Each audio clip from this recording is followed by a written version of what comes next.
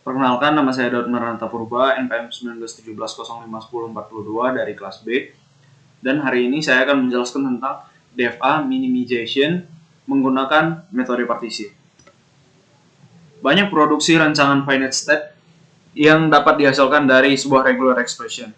DFA atau Deterministic Finite Automata merupakan salah satu finite state machine di mana hasil dari konversi sebuah NFA ke DFA atau RE ke DFA mungkin belum terbaik atau efisien.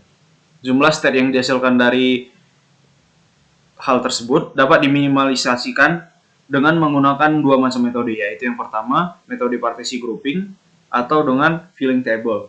Pada kali ini akan dibahas dengan cara untuk meminimalisasikan jumlah state pada DFA dengan menggunakan metode partisi. Simulasi partisi akan diperlihatkan dengan menggunakan contoh DFA seperti berikut ini. Mungkin bisa dilihat langsung di gambar berikut. Nah, di sini juga untuk fungsi transisi DFA-nya bisa dilihat. Metode partisi dimulai dengan membagi seluruh state ke dalam dua grup, yaitu grup final state dengan non-final state. Ini berarti bahwa final state dan non-final state adalah dua jenis state yang jelas berbeda, oleh karena mereka tidak dapat dijadikan ke dalam satu grup. Di sini state A sampai dengan H adalah non-final state, sedangkan sisanya I merupakan final state.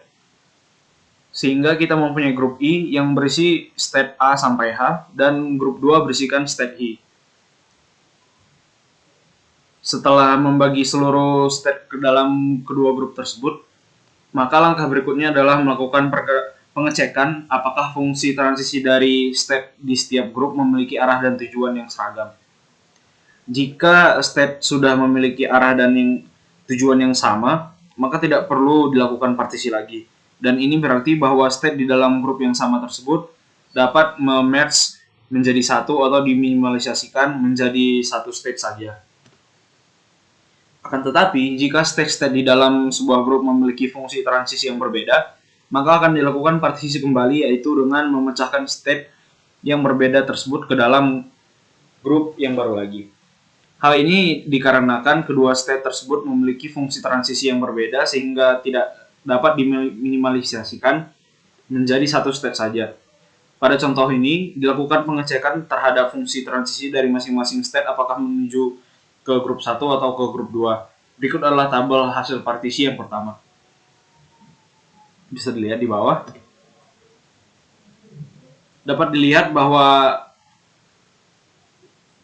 transisi yang ada di dalam grup 1 tidak semuanya mengarah pada grup yang sama. Contohnya di sini ada transisi state F, G, dan H mempunyai transisi yang berbeda-beda dengan state A, B, C, D, dan E.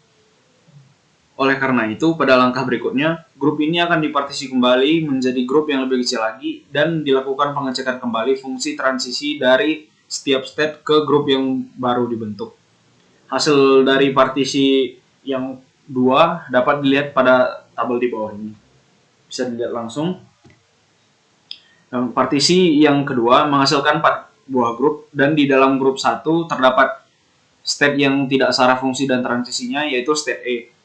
Sehingga kita perlu melakukan partisi lagi. Hasil dari partisi berikutnya dapat dilihat pada tabel di bawah ini. Hasil dari partisi tabel ini masih memiliki grup dengan fungsi yang transisi tidak searah, yaitu state A berbeda dengan state B dan C dan juga D.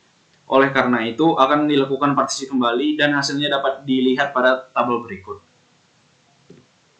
Setelah dilakukan partisi, maka akan dilakukan pengecekan kembali untuk setiap fungsi transisi pada setiap grup tersebut.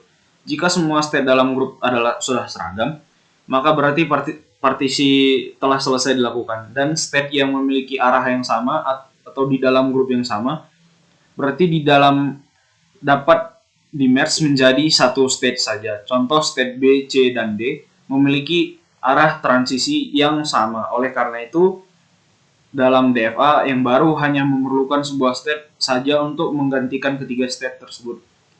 Berikut adalah hasil dari DFA yang telah diminimalisasikan di mana state yang awalnya berjumlah 9 menjadi 6. Mungkin bisa dilihat langsung di sini.